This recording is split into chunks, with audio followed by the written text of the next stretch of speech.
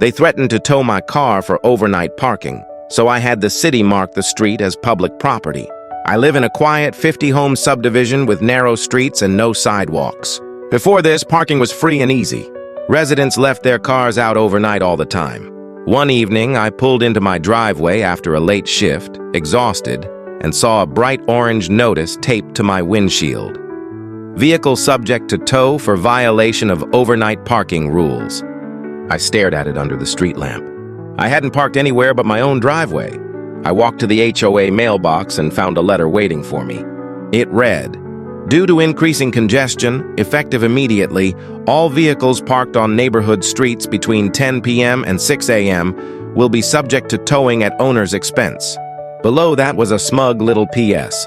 This rule was approved by the board to maintain clear access for emergency vehicles. I knew something was wrong. I didn't park on the street, and I wasn't alone. Dozens of neighbors had cars out overnight. So I started digging. I pulled the subdivision's original plat from the county archives, and that's when I saw it. The HOA had never owned the streets. They were dedicated as public right-of-way when the subdivision was built in 1986, long before the HOA was formed in 2005. I called the city's Public Works Department and spoke to a clerk named Maria. I explained the situation, and after a few minutes of typing, she said, "Your HOA's rules don't apply there.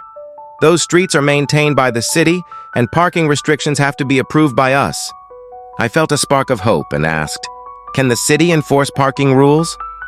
Maria replied, "Only if the streets are properly signed and marked." So I submitted a formal request for the city to survey the neighborhood and, if appropriate, install public parking signs. Days later, a crew showed up. Uniforms, clipboards, measuring wheels. They walked every street, marking boundaries, snapping photos.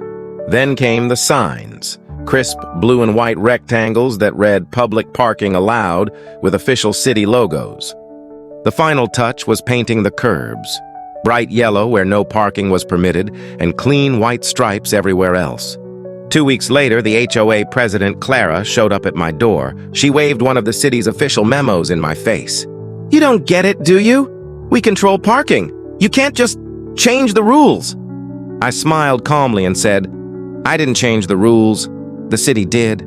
And now, if you tow anyone's car from a public street, it's an illegal seizure." It was over.